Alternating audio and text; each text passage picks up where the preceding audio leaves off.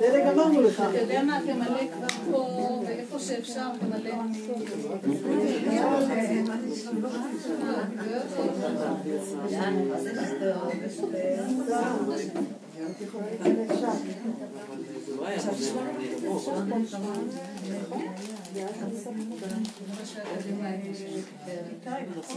מחנות המכונית, הוא יגיע מרגיש.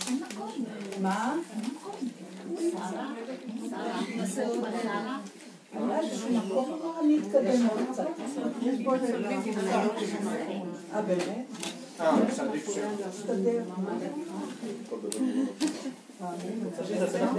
אולי תספר לפתוח על החיבור כמו אילן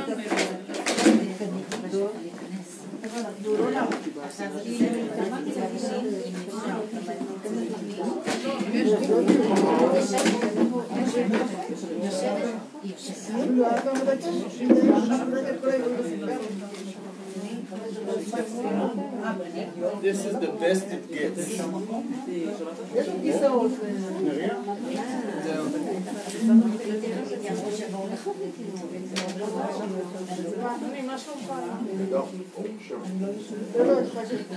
אני יכולה לפתוח? שבוע טוב, ברוכים הבאים לכל הקהל. אני מייצגת את הספרייה. אפתח בכבודה של האכסניה.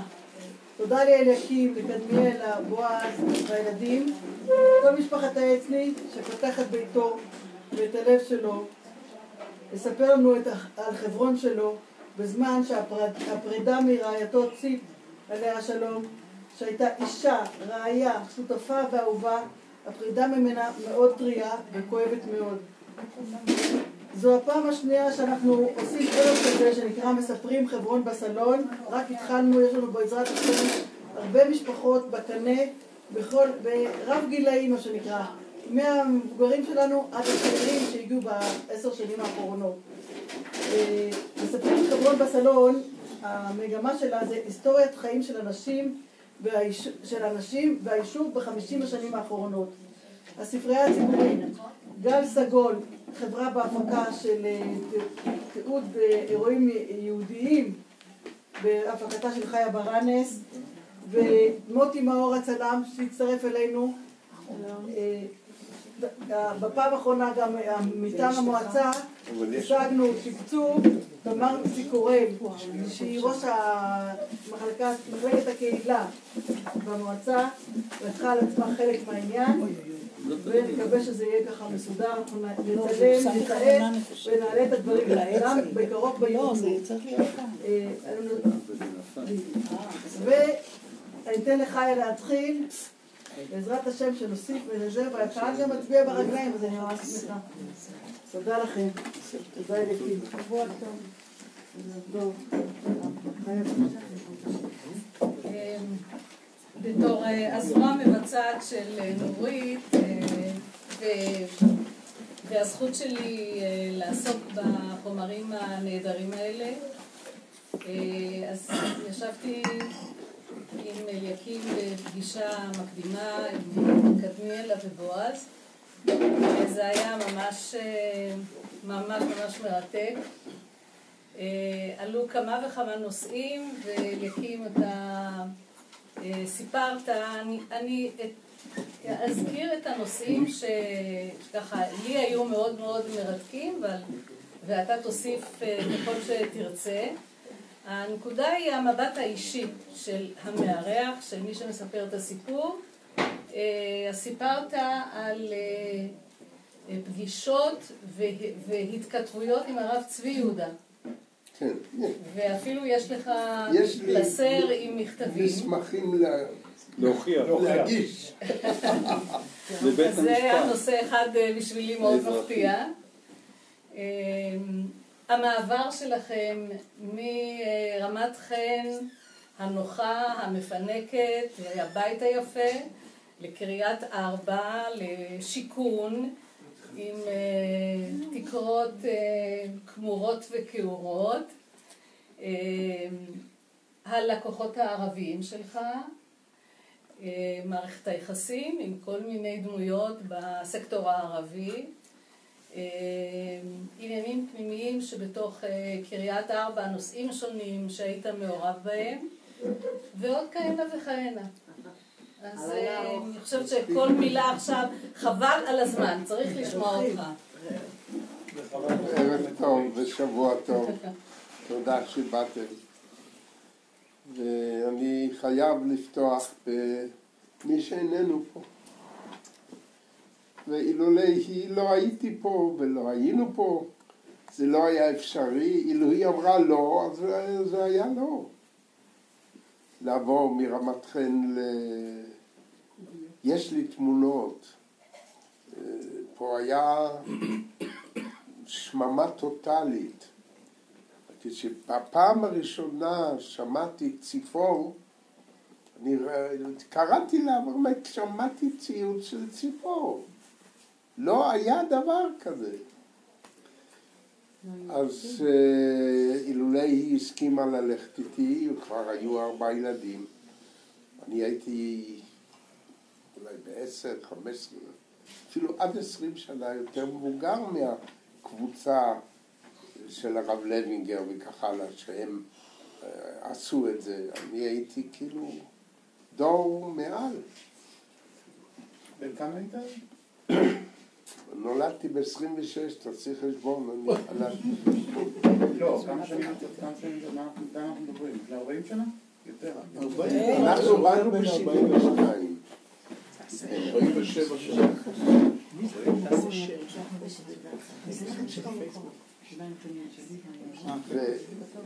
אז קודם כל היא הייתה צריכה להסכים, ואחר כך מי שהסכימה היא אפשרה את זה, מפני שהגבר יכול להציע, יכול לתכנן, אבל מי שמבצע זה מי שבסוף, איך אומרים אצל טרומן, הוא אמר פה הבק נגמר, אצלי אין יותר לאן להעביר, זה אצלה. וכששאלו אותה למה היא הסכימה, התשובה שלה הייתה מפני שיכול, אילו סירבתי, לא היינו נוצאים, לא היינו עוברים לחברון, לקריית ארבע. אבל הייתי יודעת שהחיים שלנו כבר לא יהיו אותו דבר, כי ראיתי שזה הולך להקים על כל החיים. אם אני, כל ההצלחה שלי תהיה כישלון שלי. זה מה שהתיין אותה.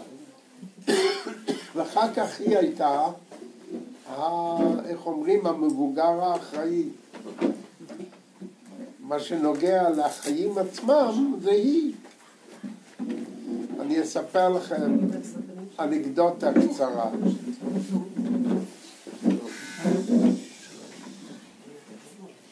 יש עוד כיסאות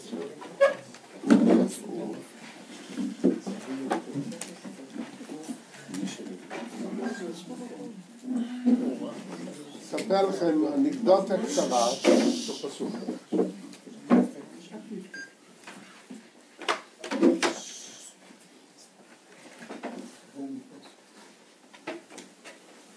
זה הסלון שציפ תכננה. זה הקטן, כנראה קטן מדי.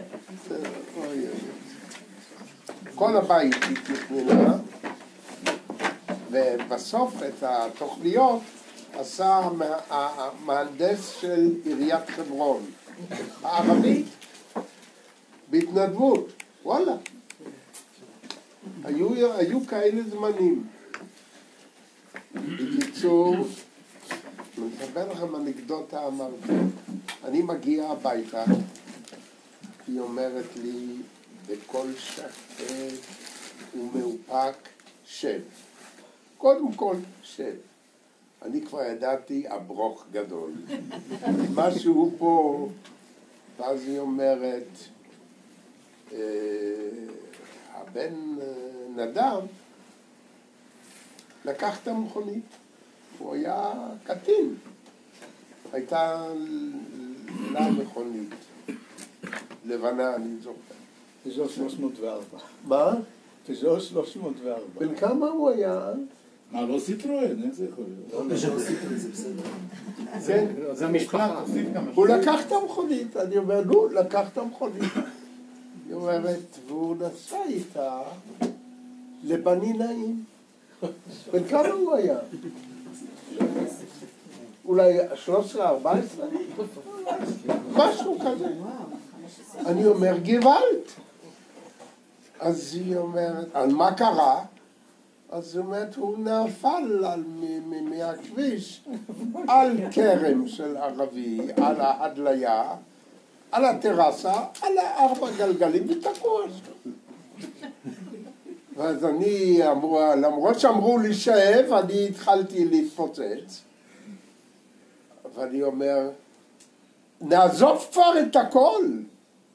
שהוא מזה ולבד, ולגעת המכונית וכזה. הוא בן 14. בלי נשק, היא אומרת, בעניין הזה תנוח. הוא לקח גם את זה.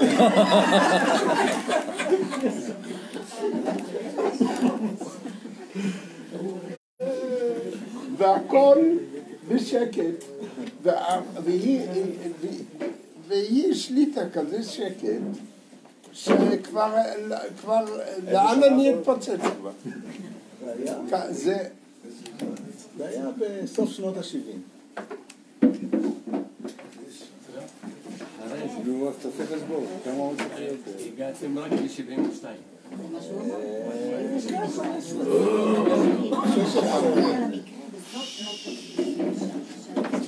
לגבי המעבר לקריית ארבע, אני אתן לכם כמה...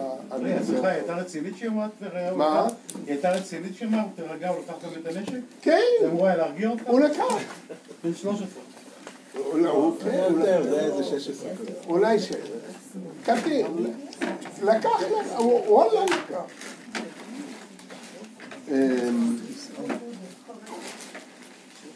איך זה נודע לך? לא, זה כבר הגיע, מה, הערבים? אתה מערבי, את המכונית צריך לקחת, לגרור, אני יודע מה. טוב, עכשיו אני אספר לכם כמה... אז תמיד היה פה מזרח הפרוע. על הצד הקל, אבל מה שהיה, אני הרבה הופעתי בבית המשפט הצבאי, במקום שקראו לו האימרה. זוכרים אימרה? זה היה מבצע המשטרה עד... האימרה. לא אימרה. הם קראו לזה ערבים האימרה, בהסכמי אוסלו כתוב האימרה והאימרה. זה היה מבצע טגארט משטרתי כזה שבנו הבריטים, ששם היו המתנחלים והיו המשטרה ובית המשפט הצבאי. לא.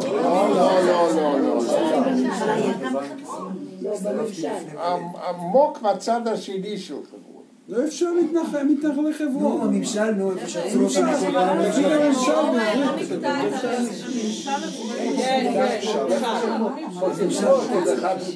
שם היה שהיו לא קיים. אחר כך התבצרו בו מחבלים באינתיפאדה השנייה. חומת מגן. פוצצו אותו, לא השאירו זכר. אז אני שם עומד לפני האימרה, ביד עם הגלימה, כי אני צריך להופיע שם לפני בית משפט. ואני רואה צוות טלוויזיה גרמני. ניגש אליי, אני לא יודע מאיפה הוא ידע, ושואל אותי, בגרמנית, למה באתם פה להידחק אל בין הערבים? בחוצפה. ככה. אמרתי לו, כי אתה שלחת אותי הנה. כי אתם אמרתם לנו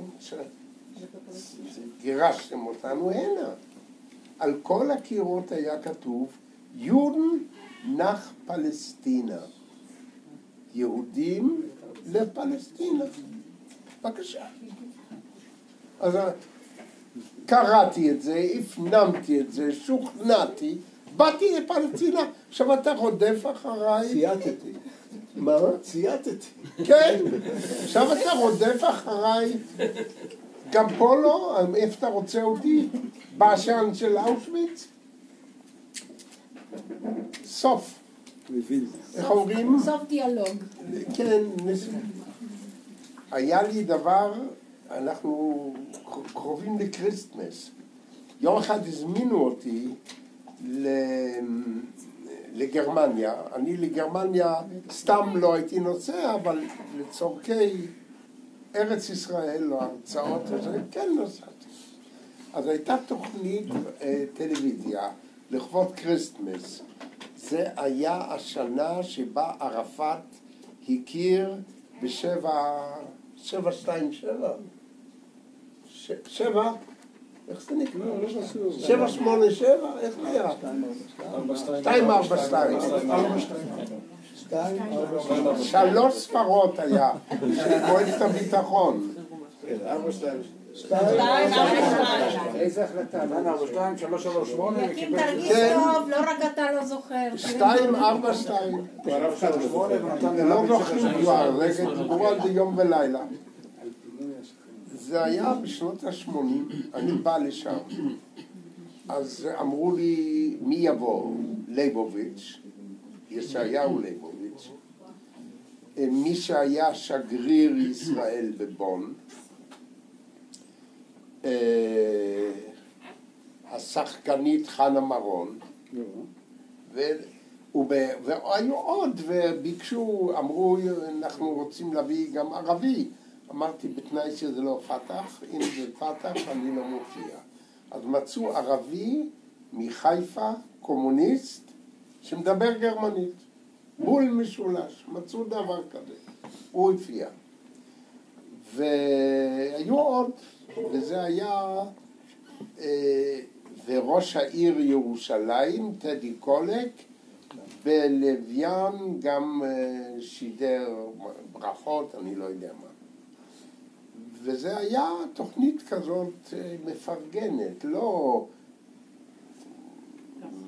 מריבות פוליטיות, מפרגנת. זה נקרא אורחים מירושלים. לא כמו ערוץ 1, 2 ו-10. כן, זה לא היה, לא, הפורמט היה קריסטמס. אז אני התכוננתי. מתחילים את זה, הוא פונה אליי, המודרטור פונה אליי, ואומר לי, מר העצמי, עכשיו שערפאת הכיר ב-242, של החלטת מועצת הביטחון, אולי אתה, אולי אתם כבר תהיו מוכנים לפנות את השטחים הכבושים. הוא כבר הכיר, אמרתי לו, תראה, קריסטמס היום, בוא נזכיר את החג. בוא נפתח לך את מתאוס, מתי, כן?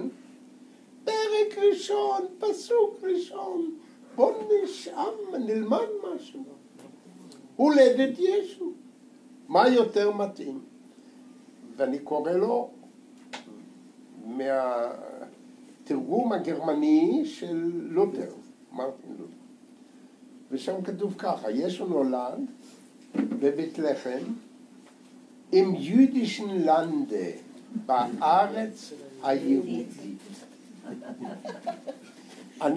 התרגום האנגלי לא היה מועיל לי, כי שם כתוב ג'ודאה. אבל בגרמנית, לא בארץ היהודית. אמרתי לו, תראה, אני old fashioned, והתרגום הזה טוב לי. אם אתה רוצה לתקן אותו ולכתוב שהוא נולד בשטחים הכבושים, בבקשה. תנסה.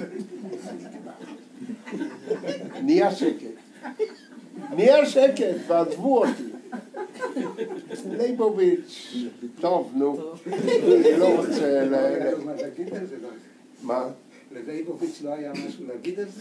ליבוביץ' אמר שהוא יתרגם. העניין היה ככה, אם מזכירים את זה, נדברנו קודם לא לתת לגרמנים את התענוג לריב בפניהם. וכולם שמעו עד הסוף. בסוף, וליבוביץ' ואני היינו מאוד מקורבים מפרשה קודמת שלי של שורת המתנדבים, שהוא היה מהאנשים המרכזיים יחד איתי ועוד 2-3. והייתה בינינו קרבה גדולה, הייתי אצלו בבית, הוא היה אצלנו בבית, והילדים, כלומר מבחינה אישית הוא היה איש שרמנטי, איש נחמד מאוד, גם חבר טוב, רק שנכנס אצלו, זה באמת, יש עוד טוב, יש אנשים כאלה, פתאום כאילו יוצא מתוכו עוד מישהו. אז אני לא יודע. אז עכשיו יש אנשים כאלה. אז עכשיו היה הכל בסדר על מי מנוחות. כשהוא ראה שהשידור נגמר ולא היה סקנדל, הוא תפס את המיקרופון והוציא את השרץ, יודו נאצים. שם. מזה נולד? שם. הוא לא יכול היה להתאפק. הוא הזמין אותי שאני אבוא בזמנים האלה. לא יכולתי ללכת אליו. נמשכתי ללכת אליו, ומי שככה מדבר. על כל פנים, ככה נגמר השידור ההוא. פרשה שלישית. באתי לקריית ארבע, אני הייתי מנוי על השבועון טיים מגזין. אין כיסא. יש שם... פה יש. נוח לו לראות, להסתכל לו. יש פה. לא, רוצה לעמוד. אתה לא רוצה. צעיר הוא יכול לעמוד. אני הייתי מנוי על המגזין, על הטיים מגזין. שנים. אני מקבל את זה, כתוב אליקים העצני, קריית ארבע, ווסט בנק. את יודעת את הסיפור? כן. אז זה בא מאמסטרדם, המשלוח אני כותב להם, רבותיי, יש לזה שם רשמי, וזה או ישראל או ג'ודיה סמריה. או ג'ודיה, זה לא ווסט בנק, אין דבר כזה. לא קיבלתי תשובה, אבל המען שהיה כתוב אחרי זה היה, הגיליון הבא, היה ממוען אליקים העצני, קריית ערב. תקנו, עלו על עצמם.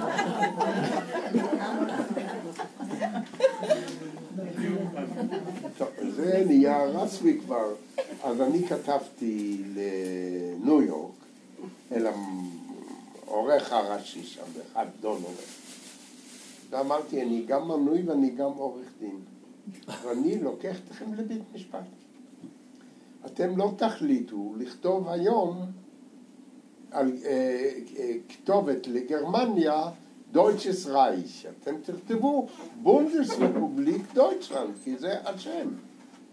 אתם לא תחליטו. אתם לא תכתבו ביאפרה, היה המרד בניגריה, אם אתם זוכרים, שכבר דוקה, ושם המדינה ניגריה, ואתם תחליטו, זה ביאפרה. רק פה אתם מעיזים, אני אתבע אתכם לדין. ואז קיבלתי מכתב מאדון דונובן, שאומר, הייתה פה טעות כפולה של הקומפיוטר, מבקשים את סליחתך, ומאז הם שלחו לי קריאת ארבע ישראל. אבל היה מישהו ששלח לך את זה. היה מישהו שגם שלח לך. ששאלי? לא, תומרקין. כן, היה לי המשפט הזה. תומרקין, נכון? לא. תומרקין. תומרקין, בטח. לומדים את זה בבתי ספר המשפטים. היה מישהו בחיפה. כן, עכשיו הייתי ואצל בית הנשיא השביעו איזה שופט, אני כבר לא זוכר, איזה אירוע. אחרי שזה התפזר, ניגש אליי השופט הערבי בחיפה שישב בבית המשפט העליון, ג'וברן, סלים ג'ובראן, ואומר, אתה זוכר אותי? הוא היה בטוח שאני לא זוכר. אמרתי, אני זוכר אותך היטב. תזכיר, תגיד, ובכן מישהו שלח לי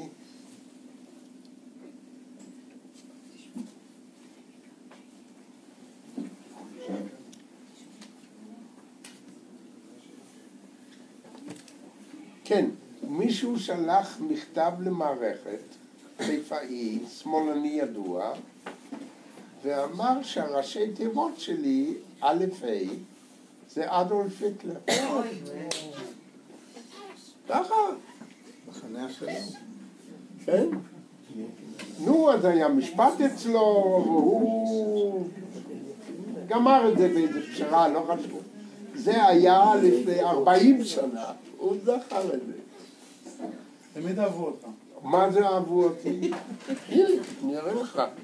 זה פרשה מאז, יש לי עבר אחר, יש פה מאמר גדול של יצחק זיו אב, מ-57, אלא אצלי בצאתו מהכלא. אני ישבתי פעמיים בכלא. פעם בשביל תואר המידות, ופעם בשביל ארץ ישראל. פייר. פעם ראשונה ישבתי, היה משפט עמוס בן גוריון, אם אתם יודעים מה זה היה. שורת המתנדבים. שורת המתנדבים.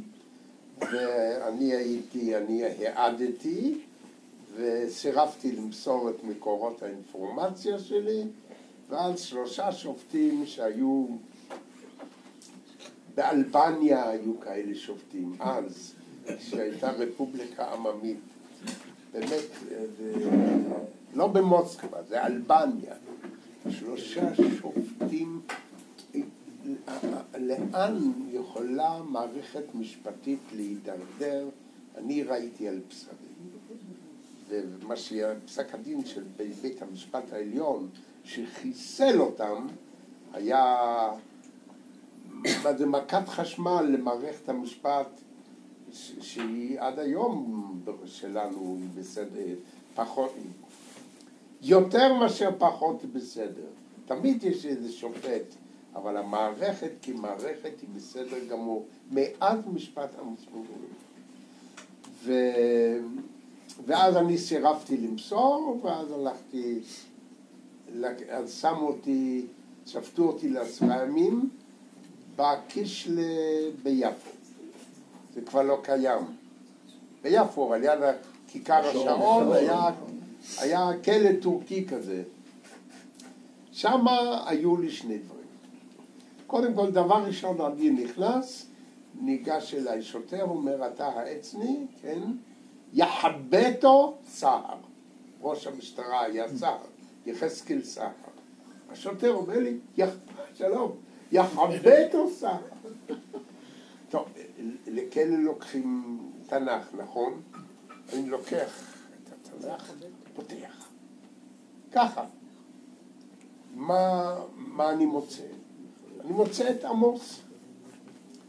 כשאומרים לו, חוזה לך ברח, מה הוא עונה? הוא עונה, אשתך בעיר תזנה, בניך בחרב ימותו, אדמתך בחבל תחולק, וישראל גלו יגלה מעל אדמתו. זה הוא אומר למלך או לכהן הראשי שלו. בכל מדינה אחרת הוא היה מאבד על זה את ראשו, כן? אבל זה מה שהוא אמר. והמשפט הזה, משפט עמוס בן גוריון, יושב פה עורך דין, היה על אינואנדו. זאת אומרת, על מה שאפשר היה להבין בין השיטים. לא בבירור. אז אני נדרתי נדר, מעכשיו אם אני כותב משהו, רק כמו שהוא כתב. זה על הפרצוף. בלי אינואנדו, בלי להבין, בלי להתחכם. או אל תגיד כלום, או שאתה מוכן ללכת עד הסוף, תגיד את זה. זה היה הפעם הראשונה. פעם השנייה ישבתי בחדר מעצר של משטרת אשקלון, זה סיפור כבר על ארץ ישראל בקריית ארבע, יחד עם זמביש ודומפה, נדמה לי. שלושתנו, אתה זוכר את זה? פריצת הגדר. הוא לא ישב כי שברו לו את הרגל. כן? שברו לו את הרגל ושחררו אותו כי היו צריכים לשים לו גבס, אבל הייתם יחד ואתה הופעת בתור עורך דין. פריצת הגדר שם. אחרי זה, כן. על כל זה אני ישבנו, וזה סיפור. זה ממש סיפור. שלח לחמך.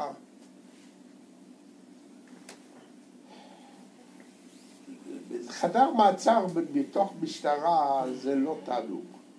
המקלחת, הבית שימוש, זה הכל אחד בתוך השני. בסדר. והיה שם דשא ענקי. בסופו עצים בית הבראה.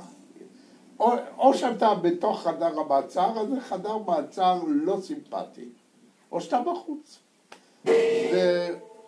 וראש המשטרה, המפקד של התחנה, פתח לנו את יאללה, אתם חופשי. יאללה, לבית ההבראה. להתיישב שם בצל, על ציפורים וצייצות, אין מעצר, אין כלום.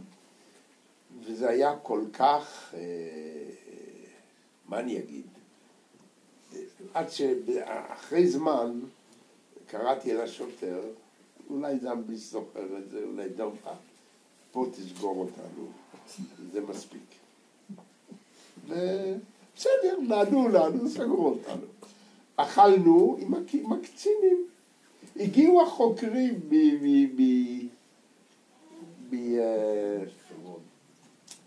משטרת מחברון, וראו אותנו יושבים שם עם הקצינים אוכלים, הם חשבו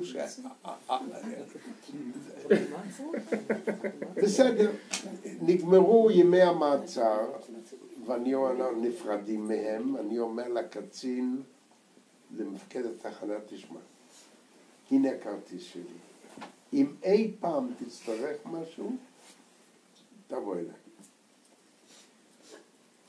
ושכחתי מכל העניין. לא עברו ימים מרובים. והוא מגיע. ויש נגדו כתב אישום חמור בבית משפט מחוזי בבאר שבע. אני לוקח את התיק. ועל הפנים שלו אני רואה שהוא לא אותו בן אדם. ואני לוקח את התיק עם הרבה מאוד ניירות.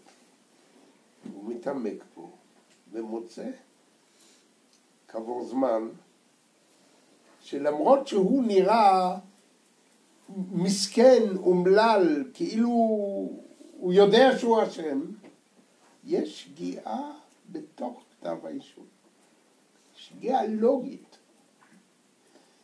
ואכן פניתי לפרקליט המחוז, שמו היה קרוס הר, מי שזה יודע, אדם הגון מאוד, לא שלנו, אבל אדם הגון. ואני מראה לו, תסתכל. אז הוא עשה ישיבה עם זאתי שניסחה את כתב האישום. והעמדנו את השאלה, תסבירי איך הגעת למסקנה הזאת. לא הייתה לה תשובה. ביטלו את כתב האישום. העמידו אותו לדין על איזו עבירה משמעתית לפני בית המשפט המשמעתי של המשטרה. ואת העד הראשי אני מוטטתי בחקירה נגדית, והוא יצא זכאי. אבל זה בגוף אם הגוף מרושע זה לא מועיל, אז שלחו אותו לרצועת עזה לאיזה מקום ומררו לו את החיים. לא חשוב. על כל פנים, ככה נגמרה, היא לא נגמרה. הועמדנו לדין 10 יששכר פה. וואלה. נאשם מספר? אני הייתי נאשם מספר 1, נכון? כי גם עורך דין גם נאשם.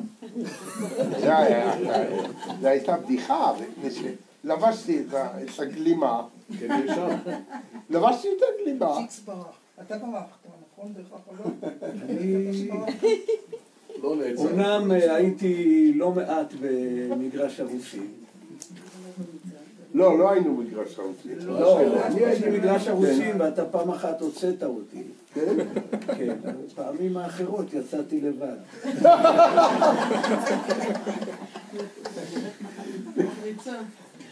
בקיצור, היינו 10 נאשמים, משהו כזה. ואני, כן, אני הייתי נאשם ואני עורך דין. וראיתי שאין איסור על זה. אז אני לבשתי את הגלימה וטענתי. הם אומרים לי, רגע, אבל אתה נאשם. אמרתי, אז מה? אחרי המשפט הזה שינו כבר את ה... לא נתנו. הפעם... עכשיו, פריצת הגדר הייתה לתוך חלקה של ערבי אחד.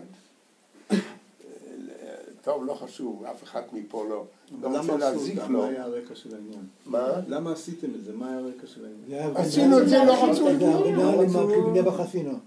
מה? הייתה הפגנה לבנייה בחרסינה. כן, הם לא רצו לבנות. זה היה ב-400 אבל. כן, זה היה ב-400 מול 400. כן, ב-400. הם לא רצו... רגע, אולי אני רגע תפסיק מהבדיחות. תזכירו לי איפה נעצרתי ואני אגיד משהו רציני. הרי אנחנו עשינו מעשה שאין יותר ממנו היסטורי ואסטרטגי, ואני לא יודע מה להגיד. וידענו זה בתוך תוכנו, והממשלה והסביבה לא הבינה. הרי בואו נמריא רגע מעל הקטנות. מהו המפעל שאנחנו שותפים לו? כתוב לקחת גוי מקרב גוי. כתוב. מה?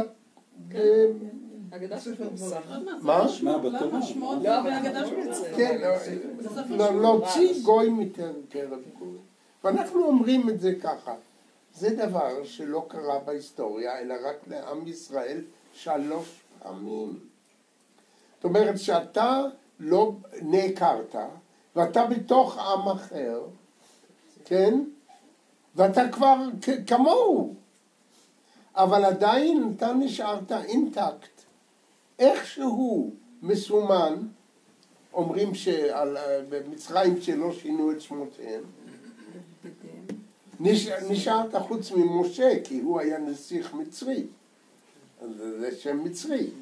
אבל יש שם כל 70 וכל צאצאיהם שמות עבריים.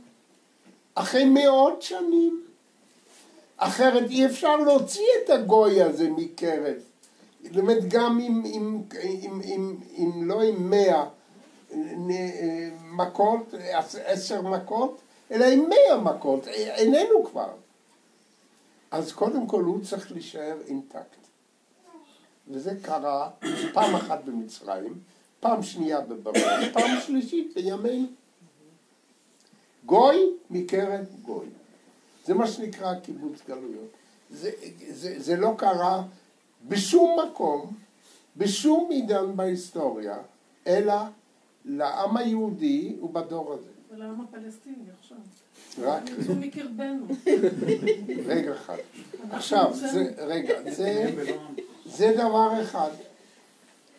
אחר כך זה לא הכל.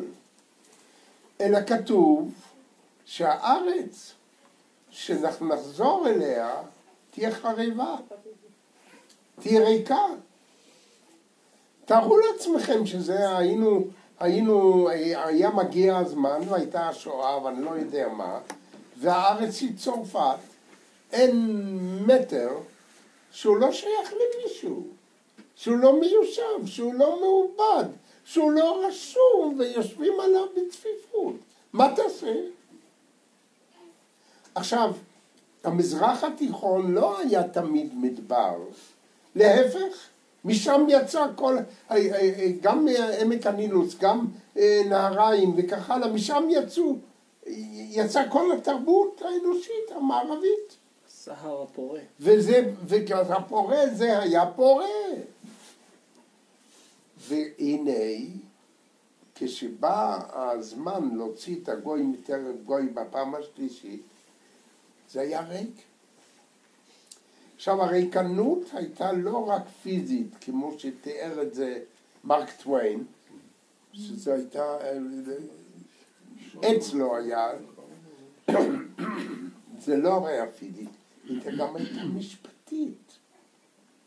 400 שנה שלטו הטורקים, והשאירו, ויצאו, והשאירו חלל ריק. מפני שמה היה הסטטוס של כל האימפריה הענקית הזאת, מהמפרץ הפרסי עד האוקיינוס האטלנטי, מה היה הסטטוס שלהם כשהטורקים הלכו? לא היה סטטוס. יכלו לשבת שני גויים, סייקס אנגלי ופיקו צרפתי, עם מפה, ולפניהם כל האזור הענקי הריק הזה, ולסרטט את עיראק, לסרטט את סוריה, לסרטט דברים שלא היו. וככה זה קרה. כי היה שם וקום. גם וקום משפטי. עכשיו זה שאחרי כל כך הרבה שנים, כאשר אנחנו נהיה בשלים לחזור, אנחנו נמצא מקום שפיזית יהיה שומם, ומשפטית, משפט בינלאומי ומשפט פרטי, יהיה ריק או כמעט ריק, אין לזה אח ורע, זה לא קרה בשום מקום. אז אחרי שכל הניסים האלה קורים, עדיין אי אפשר להגשים את מה שהוגשם פה, ושצריך אנשים שמוכנים ללכת לזה. לו היה לאמריקאים בעיראק או בסוריה, מתנחלים אמריקאים בכמויות, הם לא היו, כל ההיסטוריה הייתה אחרת. כן, הם כבשו את עיראק, כבשו את אפגניסטן, ולא העלו על הדעת לשלוח לשם מתנחלים אמריקאים ולהשתלט. למה? איזה אמריקאי משוגע ילך לשם. כמו שאמר עכשיו הנשיא טראמפ, חול ומוות, sand and death, זה מה שיש שם. מה אני צריך את המקום הזה? חול ומוות, ככה תיאר את זה. צודק מבחינתו. אז איפה לוקחים אנשים ללכת אל החול ואל המוות? אני יכול להגיד מוות. יש הרשימה של היזכור. היא בלתי נגמרת של המקום הקטן הזה, זה לא יומן. מי ילך לזה? נגיד שכל התנאים האלה יתקיימו. אולי זה הנס הגדול מכולם. אז אנחנו הבנו את הדבר הזה. הרב צבי יהודה שהתכתבתי איתו הבין את הדבר הזה. אפשר להביא מכתב אחד? תכף אני אראה. ואנחנו מבינים את זה, והשלטון לא מבין. אין בקריית ארבע משהו שלא היינו צריכים להיאבק עליו תוך הפרת חוק. איזשהו צו או משהו. זאת אומרת, נתנו מתנה כזאת את עצמנו למען המהלך ההיסטורי היחיד במינו הזה. ומי שהיה צריך לאפשר לנו, לפחות לא להפריע לנו. אסור ואסור ואסור. ורצח אופי אסור. ואנחנו לא מעריכים את זה. אז למה פרסנו, אני חוזר לפריצת הגדר. למה היו צריכים להמשיך לשבת במערת המכפלה שלא בשעות שהם קבעו? למה היה צריך לעשות ברית או חתונה בלתי חוקיים בתוך מערת המכפלה, הרב לוינגר? למה היה צריך לעשות תפילות בכוונה בתוך רחוב שהם קראו השוהדה ולהפריע לתנועה, מפני הם לא אפשרו לבנות את אברהם אבינו? למה היו צריכים פצועים ומעצרים ובתי סוהר ומשהו? על מה? על זה שאנחנו מאפשרים את הדבר הענקי הזה? אז יש כאן, אפשר להתפוצץ מזה. אז אני יכול להראות לכם, אין אובייקט אחד מבית הקברות ששרה נחשון הלכה נבח עם הגבייה של התינוק שלה. זה סיפור כמו ביוד למד פרץ. 3 מתנות, זה אגדות. כל זה היה צריך לקרות. בין היתר הייתה הקפאה טוטלית. אני זוכר עוד דבר, אולי מישהו יזכיר לי את הפרטים. היה שר שיכון גדעון פת. אנחנו פעם לקחנו את המפתח וסגרנו לו את המשרד שלו. אתם זוכרים את זה? מה? לא. אף אחד. שמנו כרזה מבחוץ, פת סוגרת קריית 4, קריית 4 סוגרת את פת. ולקחנו את המפתח, והוא לא יכול היה להיכנס, שם היו המפתחות של כל הדירות, עד שנכנע. וזה לא עשינו את זה מתוך שאנחנו פורעי חוק לתיאבון. חנק אותנו. משרד השיכון עשתה אותו בקריה? את עמידר סגרנו. פה בקריה. את עמידר סגרנו.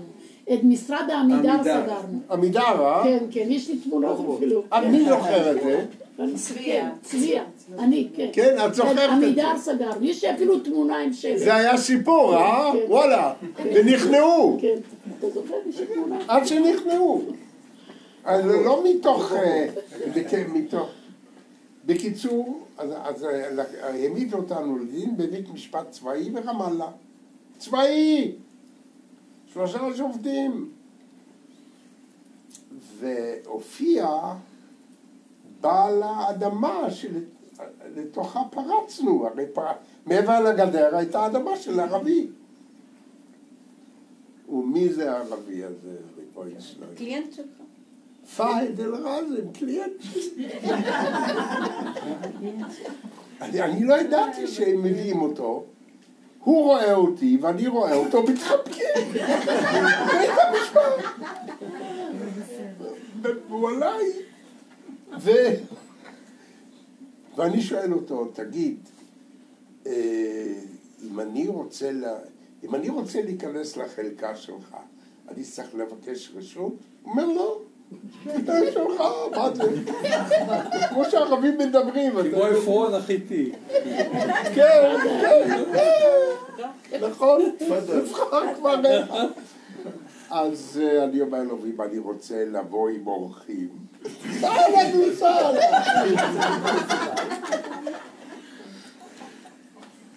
לא, הנה שום דבר. מה שלא הייתי מביא, הרשיעו אותנו. כולנו הורשענו והבנו שהם הולכים לתת חתיכת עונש. אממה, אנחנו הרי בכיבוש, לא? אנחנו שטח כבוש. צריך חתימה של מפקד האזור. מי היה מפקד האזור? פואד. הוא היה על הכיפק. אז שלחתי לו תזכיר. והוא היה על הכיפק. וואלה על הכיפק. היה על הכיפק. זה לא יאומן, זה לא יאומן. מה קרה לו אחר כך? ככה וככה, זה לא יאומן. נתבעים לעגל ונתבעים למשכן, אני לא יודע. כשנתבע למשכן הוא נתן. לא חתם. לא חתם, לא היה משפט, לא קרה כלום. ממשל צבאי. כשהיה משפט המחתרת, וזמבי שהיה בין הנאשמים שם, גם הורשע, אז כשרצו להביא להחמרת העונש, הוא רואה שם את התיק הזה, אז הוא אומר, רגע, אין פה חתימה. אז הם חשבו, אם לא היה שם לב, היו מגניבים לו את זה. אז טוב, בסדר, אז הם משכו את זה, נתפסו, לא הגישו את זה. לא קרה שום דבר. זו הייתה הפרשה האחת. אגב, פואד, אחרי הפיגוע בראשי הערים, בוועדה להכוונה לאומית, נכנס אליו זמביש בבית אל. הוא אמר, הוא ישר קלט עם מי יש לו עסק. הוא אמר, אני נשבע בקטן השחור שלי שזה אתם. הוא היה מבסוט מכל האירוע של הפיגוע בראשי הערים. כן, לא רק הוא, לא רק הוא. אני לא רק הוא, לא רק הוא. אבל עכשיו אני אספר לכם. חיה אמרה יחסים עם הערבים. הקליינט הראשון, הרי היה לי משרד בתל אביב.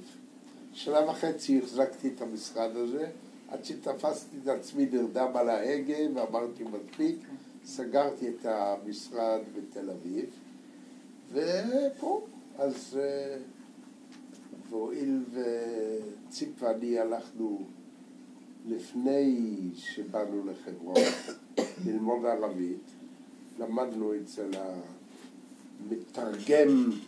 מתורגמן של בית המשפט המחוזי דניאל, אצלו בבית ברמת גן, למדנו קצת ככה בשביל לדבר.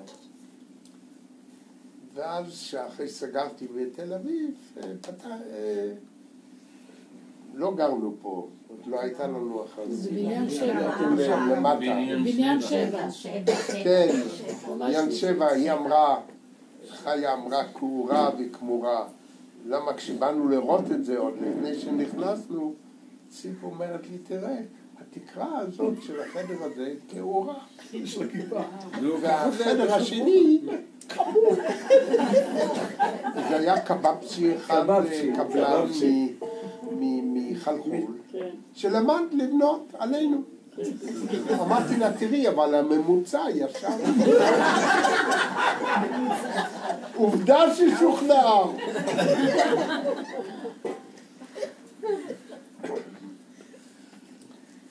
אז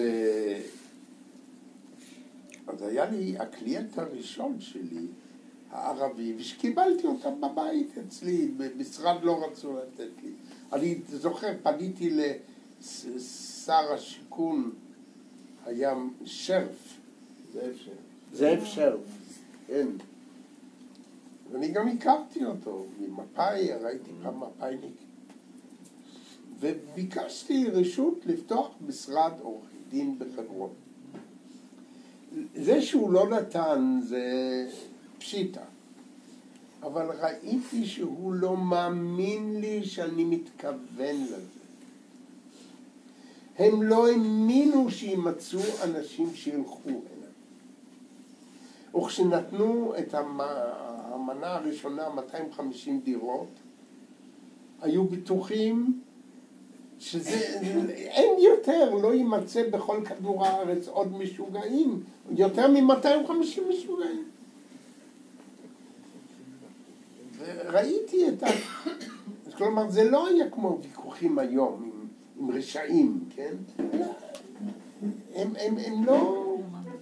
הם לא הבינו.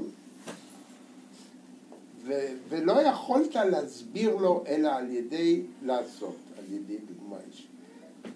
אז הקליינט הראשון שהיה לי ערבי היה פחורי. מי שזוכר, מערת המכפלה היה, כשאתה בא ופניך למערה מצד ימין, היה חנות של ריבחי ריאשי, שמכר כל מיני מזכרות ונרות ישנים, כאלה דברים, ולידו היה פחורי. פחורי, פוחר זה בכלל בערבית. כן, קדר, בדיוק. אז הפחורי היה הקליינט הראשון שלי. עברו שנים, הוא בא אליי הביתה, כי המשרד היה בבית, לא היה לי משרד.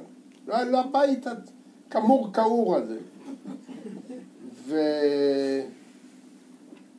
אומר לי, תשמע, תעזור לי. מה קרה? הוא אומר, הבן שלי הסתבך. הסתבך? הבנתי כבר מה הוא הסתבך. אמרתי לו, תראה, זה טרור. ואני לא לוקח תיקי טרור, לא לקחתי תיקי קרקעות ותיקי קרקעות. תיק קרקעות מכניס אותי לנאמנות כפולה, ואני רוצה לשרת את הקליינט שלי עד הסוף, יהודי או ערבי, לא חשוב. אני לא יכול בענייני קרקעות, ובוודאי לא בענייני טרור. אז הוא אומר לי, אם לא עשית את זה עד עכשיו, ג'רב, תנסה. אז אמרתי לו, חזיר אתה אוכל? ג'רב.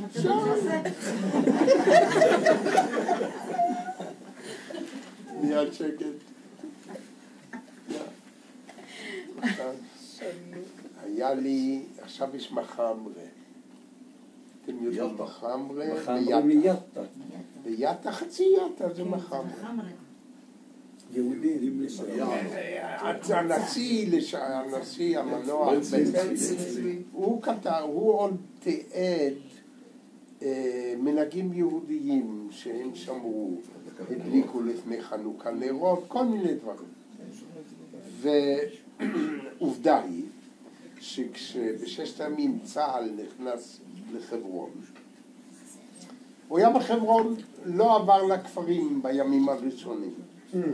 ובדיוק היה איזה מפעל מים שחוסיין בנה להם ביאטה, ופרק את הקודם ולא הרכיב את זה, והם נשארו בלי מים, ובאנו אנחנו.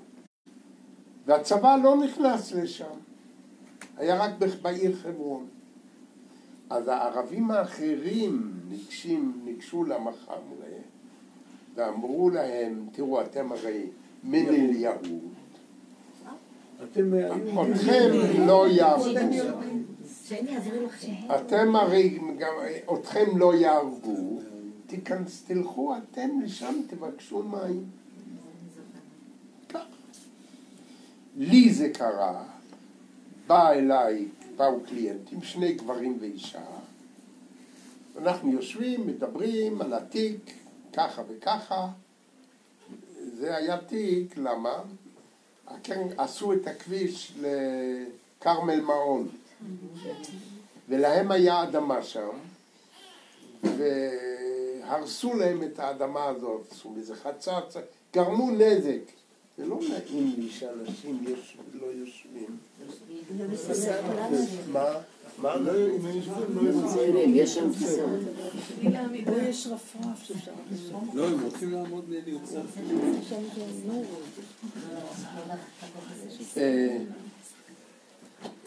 אני אצל המחמרה, כן?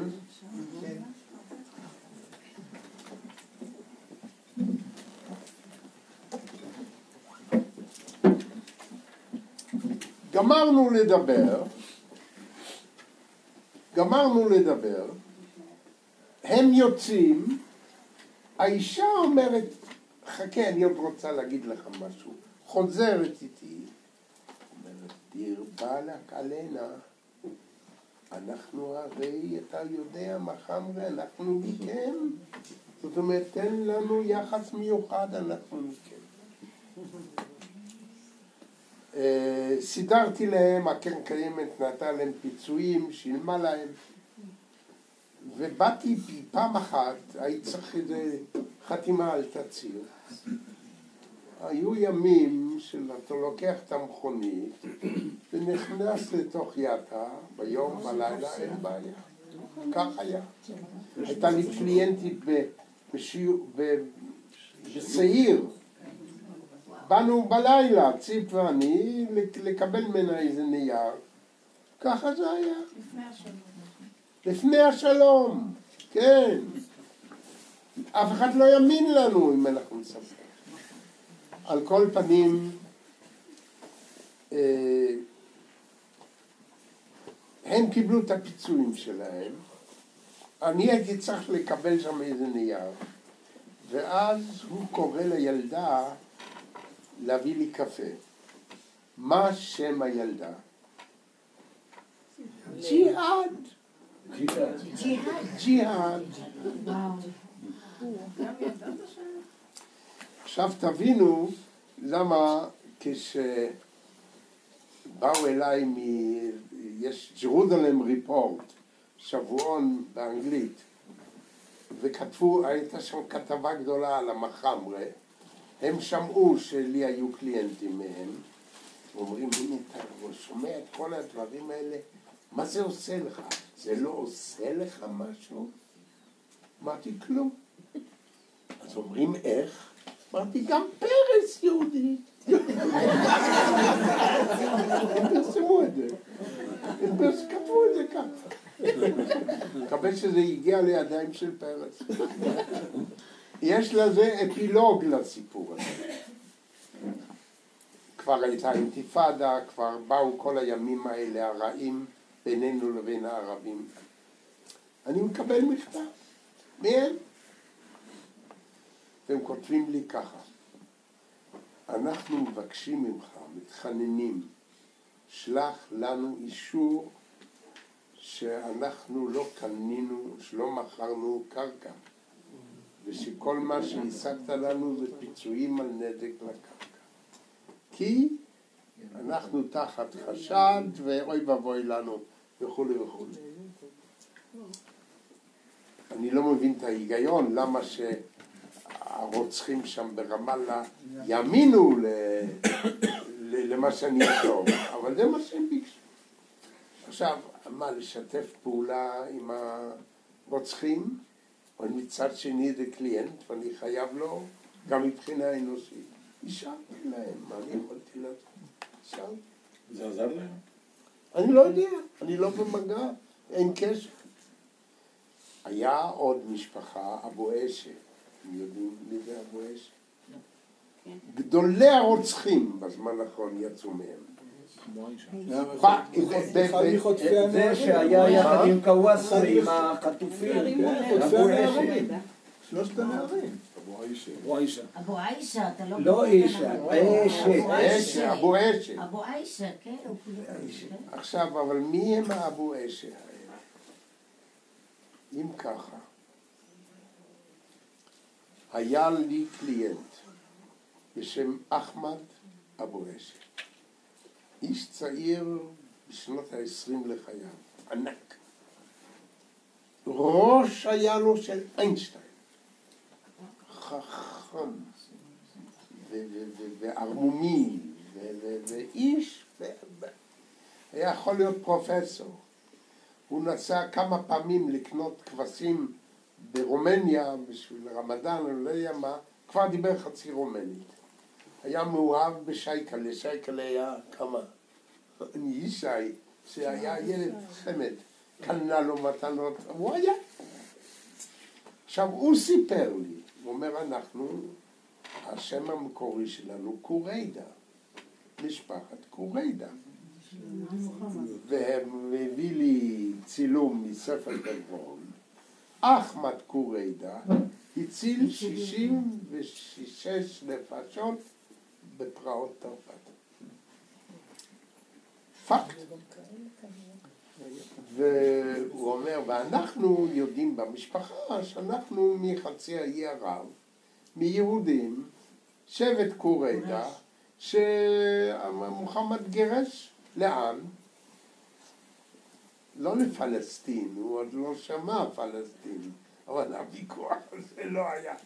אז זה היה אחמד קוריידה, אחמד אבו אשה, והוא נהרג בתאונת דרכים ברבת עמון, ועשו לו פה לוויה. ואתם יודעים שהיה להם מנהג, או יש להם עדיין, להעביר את הדרך.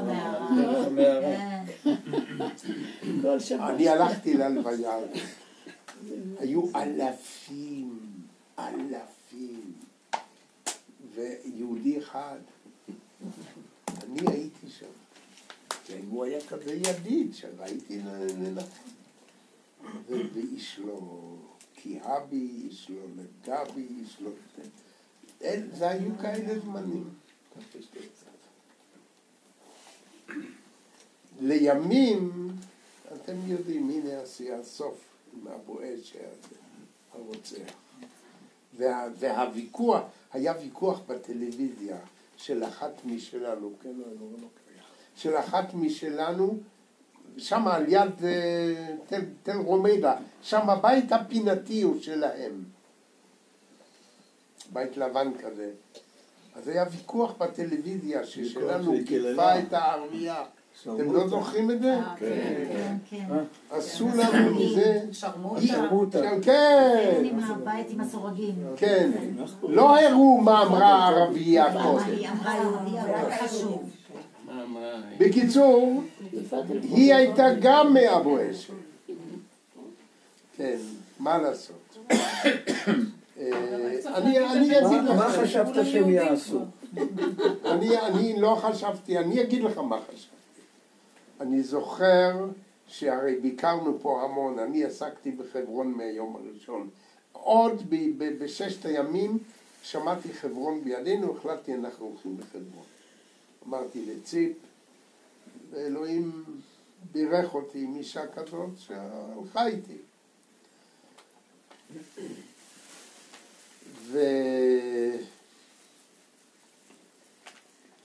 לא יודע, באיזה הקשר דיברנו? חברון. מה חשבתי? אני מתכוון אחרי ההתנהלות של ממשלתנו. הנה, אני אגיד לך. אני בדיוק אענה לך על זה. הרבה פעמים הרי ביקרנו פה. פעם אחת ביקרנו וראינו, בנו את הבתים האלה, את 250 הראשונים, ופוצצו סלעים, ברוד. ואנחנו רואים איך שפועל הערבי צועק ברוד, וילד קטן יהודי מסתובב לו שם בין הרגליים, הוא לוקח אותו, מכניס אותו לכניסה לפני הפיצוץ. אמרתי לי, לאשתי, תראי, את רואה איך? הוא יש לו בבית, בתוך הגדר או בתוך הבאר, איזה קר גוסטב. אם אנחנו נדע איך לנהוג איתו, הוא ייקח את הילד הזה ויחביא אותו שלא יקרה לו משהו בפיצוץ. אם לא נדע איך לנהוג, הוא ייקח את הקרלה ויהרוג את הילד הזה. וזה היה נכון. זה נכון עד היום הזה. אם כבר מדברים. אני לא יודע כמה יש לי, כמה זמן עוד יש. כמה זמן שיש לך כוח. מה? כמה זמן שיש לך כוח. עד שתתעייף. אני אספר לכם. אליקים, אתה עוד חייב לנו מכתבים של הרב צבי יהודה. לא טוב. אז זה לא אני צריך. זה אפשר לקרוא. לא, מה לקרוא? אין לך את זה. מישהו. תעביר לי את זה, אני אמצא את זה. תקריא לנו מכתב שאתה כתבת שהוא חושב. מכתב שאני כתבתי זה על איזה בגץ מסובך. הנה תסתכלו. בואי חיה. את הרי בעלת השמחה. הנה. תדפדפי מפה חזרה הנה.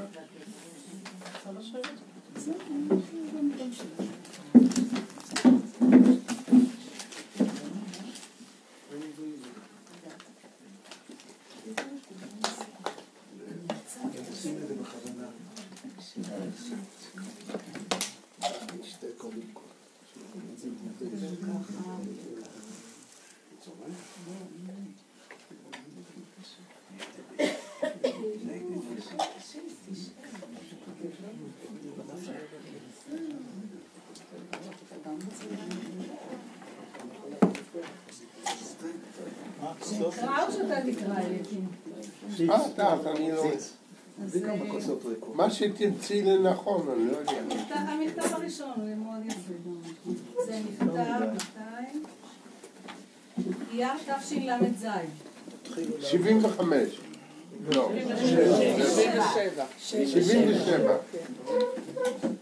כל השלום והברכה לך ידידי הנעלה מר אליקים העצני.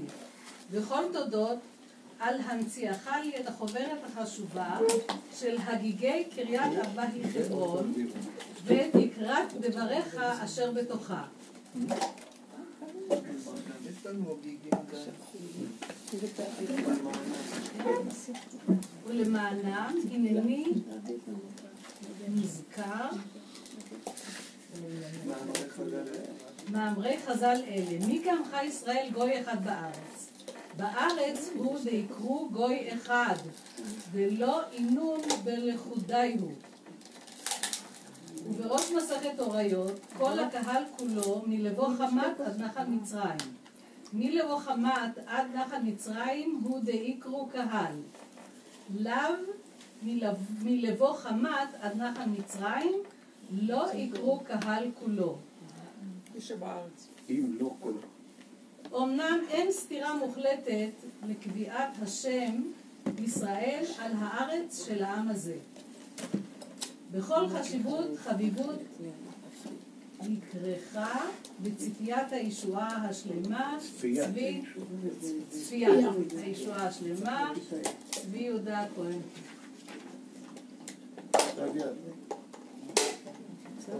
כתב יד בלתי קריא. ויש פה פתק חמוד, שלום וברכה, קראתי דברי חמודותיך.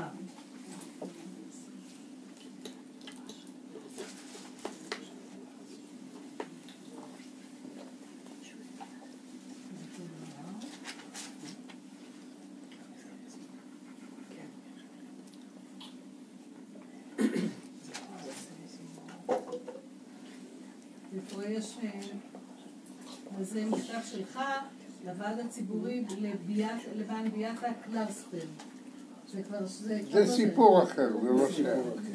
אז ויש פה תמונה יפה.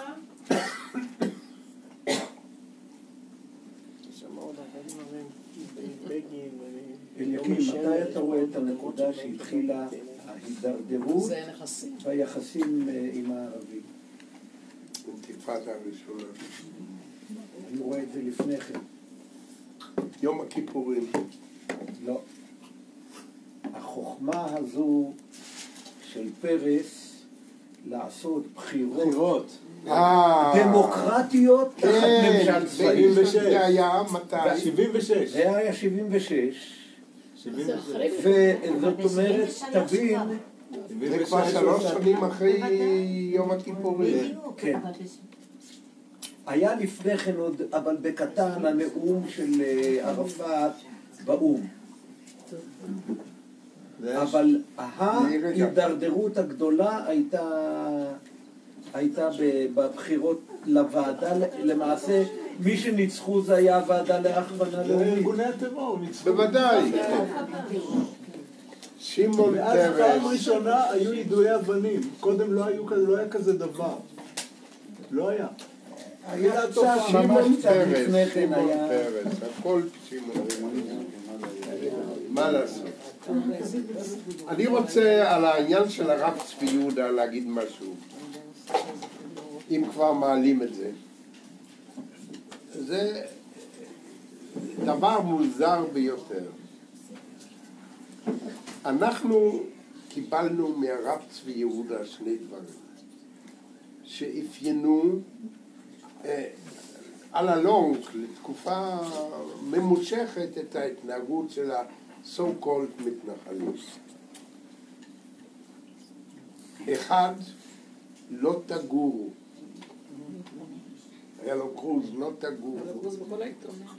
ופה יש לי פה כותרת ממעריב 22 למאי 75, הרב צדי קוק קורא להתקומם נגד כל ויתור על שטחים.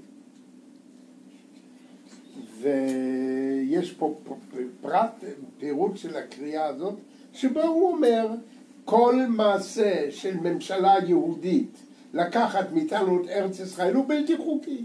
אנחנו קובעים שהוא בלתי חוקי. ממילא אנחנו חופשים לפעול נגדו. זה בא ממנו, העוז הזה יצא ממנו. זה לא פשוט וזה לא היה מובן מאליו. וזה נפגש עם התורה שאני במשך שנים היטפתי לה. באין ספור חוברות וכרוזים. מה שקוראים בפי העם מרי אזרחי, כן? והכוונה היא לאי ציות. זה נקרא civil disobedience. המילה האנגלית civil יש לה פירוש אזרחי, ציבילי, אבל יש עוד אחד, civility, זאת אומרת אדיבות. והכוונה ב-civil disobedience זה אי ציות מנומס. זאת אומרת, אתה אומר, וזה דבר שמלמדים באוניברסיטאות, והוא אביזר של משטר דמוקרטי, שאומר שכאשר בן אדם מגיע למסקנה שקלו כל הקיצים, עברת את כל האינסטנציות, כנסת, וזה וזה וזה וזה, והם לא רוצים לראות. ואתה יודע את האמת. אז מותר, אז אתה מפר את החוק ללא אלימות, ומזמין עליך את הבית סוהר. כן, ואומר, ככה אני מוחה, וככה אני אולי אביא לשינוי. הדוגמה היא סוקרטס, הרי הוא הפילוסוף הגדול, הוא לימד את הנוער, וקם שלטון רשע, שאמר, אנחנו לא ניתן לך לקלקל את הנוער, ואסור לך לחנך, ולא נעמיד אותך לדין. אז הנה הוא הגיע למקום, בשבילו זה היה המקום שבו לא מצייתים. לא ציית, הוא עמד לדין, אמרו לו, אם תתחייב לא לקלקל יותר את הנוער, תחיה ותשוחרר, ולא, פסק דין מוות. והוא התעקש להפר את החוק הזה, לא את כל החוקים. וישב בכלא כבר לקראת הוצאה לפועל של גזר הדין, ורצו לאפשר לו לברוח. והוא סירב. הוא אמר, באו אליי חוקי אתונה, ואמרו, לא, אנחנו טיפחנו אותך, ולא בגללנו נהיית מה שאתה, אז כשחוק אחד לא מוצא חן בעיניך, אז אתה בורח, קבל עצמך את הדין, והוא קיבל את הדין, השקו אותו את הרעל והשיתוק מהרגליים במטה עד שמת. הוא קידש את העיקרון הזה, שבדמוקרטיה, כשאתה, יש לך אפשרות להתקומם בצורה פסיבית, ואני התפתי לזה. ואמרתי, צריך לקבל כעיקרון שכל מזימה, גם מהאינסטנציה הכי גבוהה, הרשמית, הנבחרת, מה שאתם רוצים, לקחת מאיתנו את ארץ ישראל, זה פועלו הגדול של הרב צבי יהודה. וככה הרווחנו את השם הרע של המתנחלים. ברוך השם. כן, שאנחנו כאלה וכאלה וכאלה. דבר השני, הוא היה בעד דו-קיום עם הערבים. אני זוכר שהיה אצלו איזה בירור, הייתה לו, זה היה בכרם אברהם בירושלים, הייתה דירה שלו. רחוב עמוס. מה? לא רחוב עמוס. לא, עובדיה. שם הרחוב. עובדיה. אני זוכר את הדירה, אדם מסתעף מעמוס. אדם עם עוצמה בלתי רגילה, ששלט על, היו לו דיוויזיות. לשמאל כבר לא היה נוער, ולא היו דיוויזיות. באיזה דירה, באיזה מצב היא הייתה. באמת, היית נכנס לדירה כזאת של יהודי רגיל, היה בא לך לתת לו דבר. ככה הוא חי, לא היה אכפת לו. הוא דיבר גם בקושי הבנתי. וכשאני באתי לתוך החבורה הזאת של הרב לוינגר והצעירים האלה, אני לא ידעתי שיש מרכז הרב, לא ידעתי שקיים הרב צבי יהודה. ומי לא הכרתי את העולם הזה. אבל אחרי שראיתי שבחברה שלי חסרי כיפות, אין אף אחד. ואם היה אחד או שניים, האנשים לא רצו.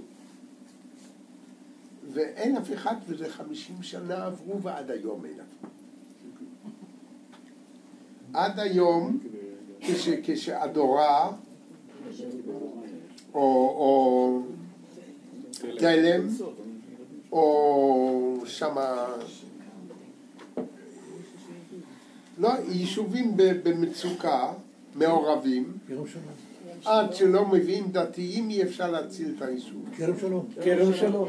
כרם שלום, הדוגמה, כן, יש עוד אחד בחבל לכיש. בחבל לכיש קיבלו קיבוץ שלם של שומר הצעיר. שומריה, השאירו את השם, נתנו להם מיליונים ומלכו. אין אחרים. אחרי 50 שנה זה ככה.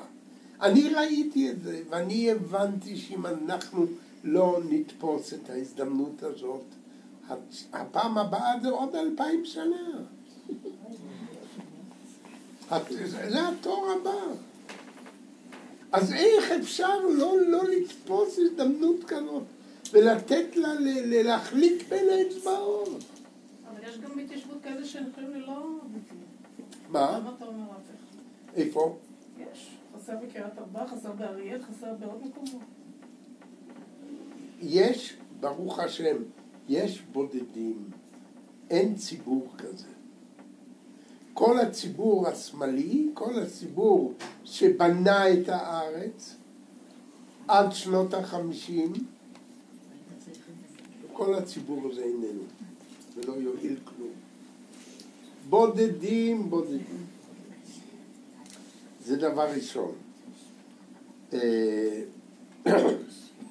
משנות ה-50, כשהיו צריכים ליישב את הנגב, להקים את שדרות, להקים את חבל לכיש, להקים את ירוחם, את מי לקחו? את העולים החדשים. בדיוק. ארץ ישראל העובדת, שפעם הייתה בעין, הפכה להיות באלף. ומשם אין מאגר, זה לא יועיל. הם התחפרו עוד יותר ועוד יותר באנטי ארץ ישראל.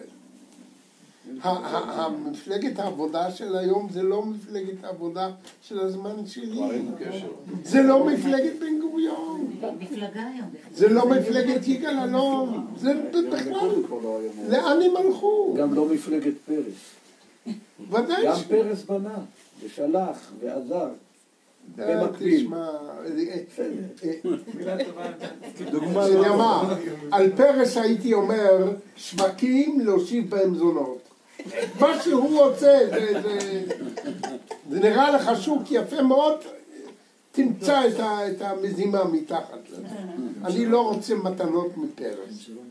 על כל פנים, המאגר עד היום הזה, המאגר עם האנשים האלה.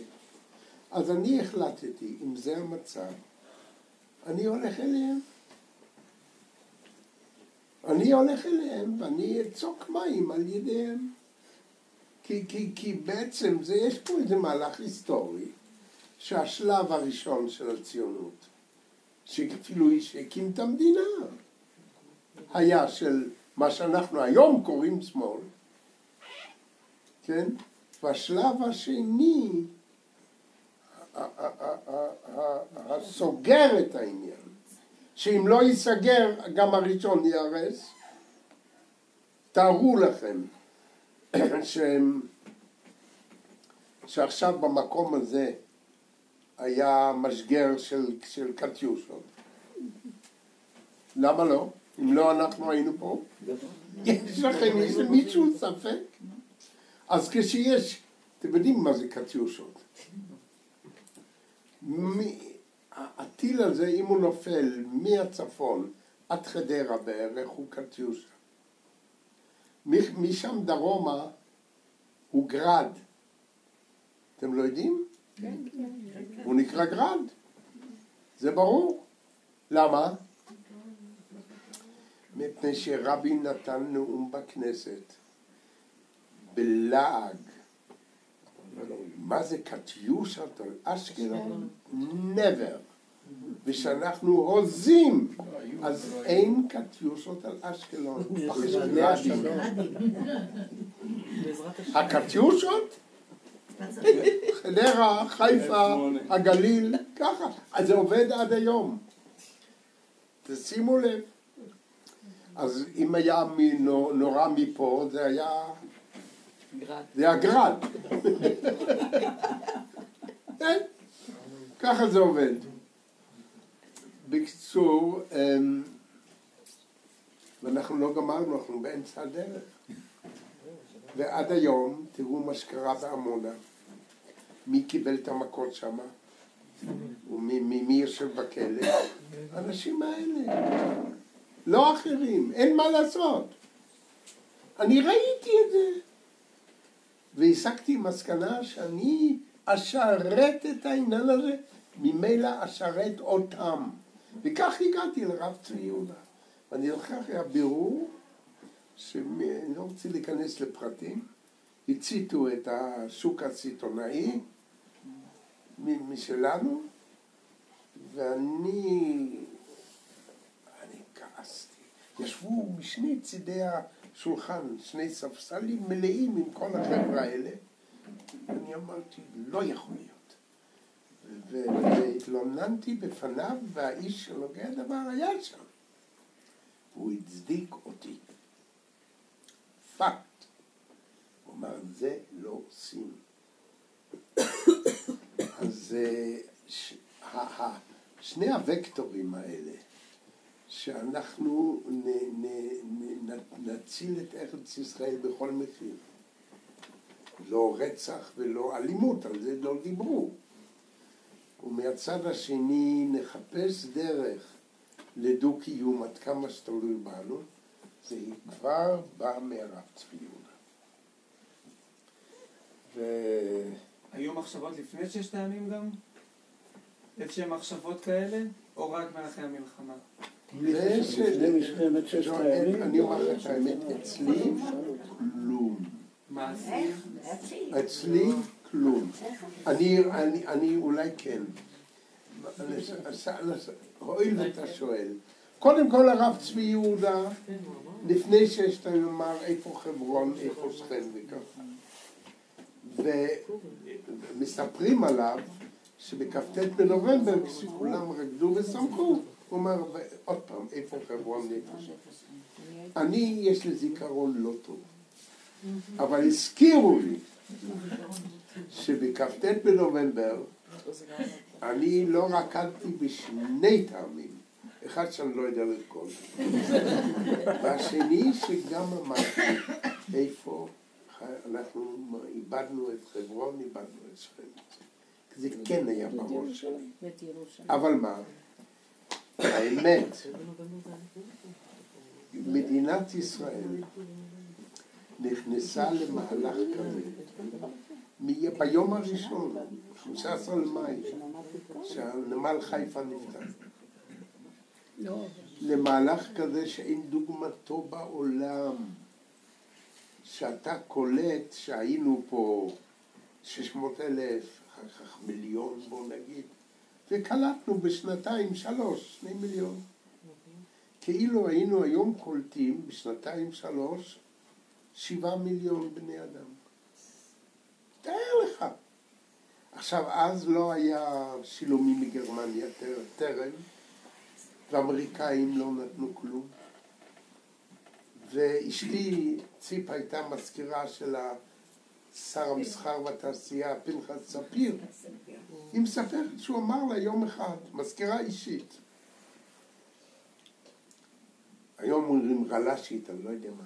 הוא אמר לה, אין לי כסף לאונייה הבאה של חיטים ללחם.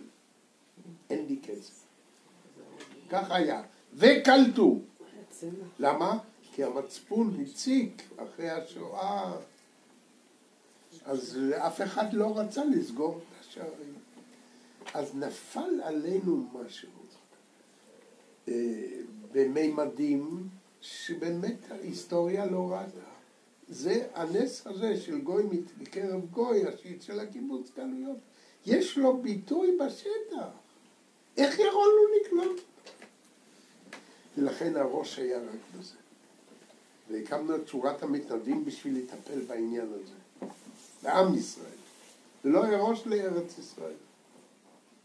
67, שבאו 6 ימים, פתאום נפלנו לראש ארץ ישראל. למי שהבין, למי שראה, למי שהיו עיניים לראות, כן? הוא עמדנו בפני זה, כבר לא שאלו אותנו. אשכול, ראש הממשלה, שלח שגר לחוסיין, מלך ירדן. אנחנו לא רוצים מכם כלום. תשבו לכם בשקט בירושלים וזה וזה, רק אל תראו. באמת, מי היה מעוניין בכלל? ואז הוא עשה את מה שעשה. ויכבד. וזהו. אליקים, נמצא עוד שתיגע אולי בעוד נושא שקשור עם הילדים שלך. אתה מגיע לקריית ארבע, לא זוג צעיר, משפחה כבר בגיל יותר מבוגר עם 4 ילדים, ואין לילדים חברה בדיוק בגיל שלהם, ואיך משפחה כזאת מסתדרת? עם חברה, עם בית ספר? תשאלי את בועז. מי שיודע להשיב על זה, אוי. טוב, כמובן שהכל... היא כבר איננה. הכל נוהל על ידי אמא שלי. הכל, מראש. הכל היא ניהלה כמובן. הכל צי. היא רשמה אותי לבית ספר בירושלים כדי שאני אתחיל את התיכון מירושלים, אבל המשפחה עברה ב-72, התיכון התחיל 71. אז אני גרתי אצל דוד שלי שנה בירושלים. וכל העסק היא פשוט תקתקה את הכל. זה כולל את הקיבוץ של משפחה שחיה בקוטג' ברמת חן לתוך דירה 4 חדרים מיניאטוריים של קוואצ'י של עם המשרד הזה בדירת שיכון קומה שלישית,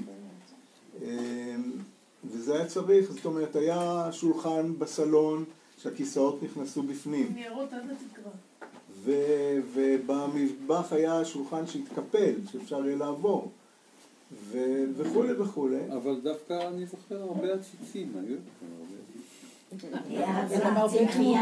אולי, על כל פנים חלק מהרהיטים מה שנכנס עבר, אבל הכל היה צריך לבנות חדש,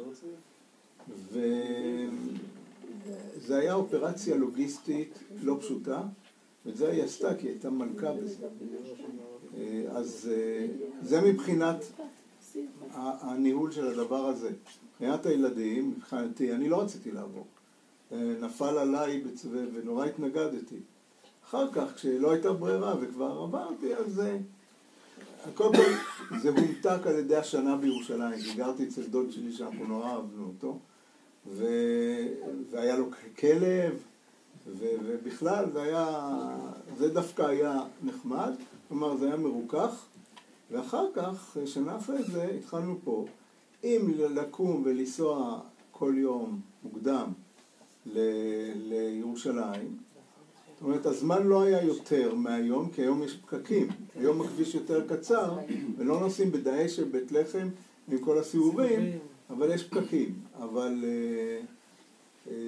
עם הקור ועם החורף, ומצד שני יש שלג, שזה סנסציה.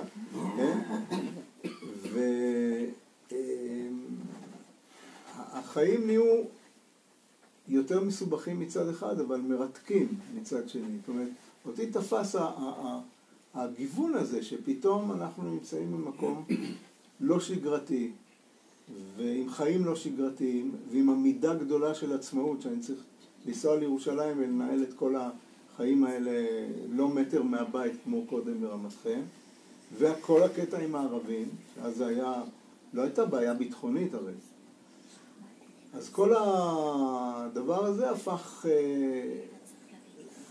לקחו ילד תל אביבי כזה, כן, וזרקו אותו למין חיים כאלה, שבעיניי זה התחיל למצוא חן. זאת אומרת, כל המורכבות הזאת וכל הגיוון הזה דווקא מצא חן בעיניי. ובין האחים שלך? האחים שלי הסתדרו, הם היו גם קטנים יותר.